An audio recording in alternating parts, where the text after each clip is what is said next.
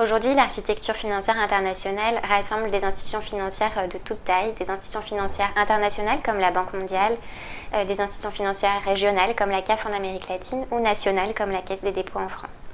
Au cours des dernières années, cette architecture s'est complexifiée avec de plus en plus d'institutions financières et des fonds thématiques, comme le Fonds vert pour le climat, visant vraiment à adresser des défis spécifiques. Et pourtant, face à des défis multiples, des crises multiples, aujourd'hui, on n'est pas en mesure de répondre à nos besoins. 2023 marque le début d'un processus de réforme pour la finance du développement, avec deux principaux chantiers. Un premier chantier qui s'articule autour de la crise de la dette dans les pays en développement et qui vise notamment à revoir l'action du Fonds monétaire international, le FMI, pour permettre aux pays aujourd'hui trop endettés d'engager leur transition vers un développement durable dans la durée.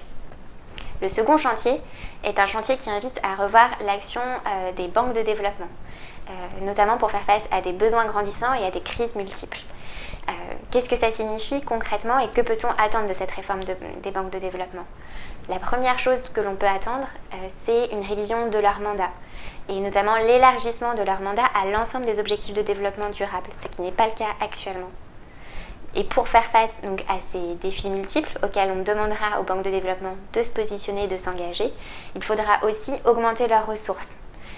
Mais les banques de développement seules ne seront pas en mesure de répondre à l'ensemble de ces besoins. Elles auront besoin du secteur privé.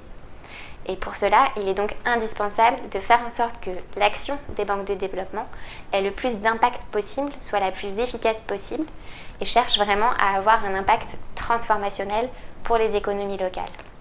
Qu'est-ce que ça signifie dans la pratique ? On peut prendre l'exemple de la filière éolienne.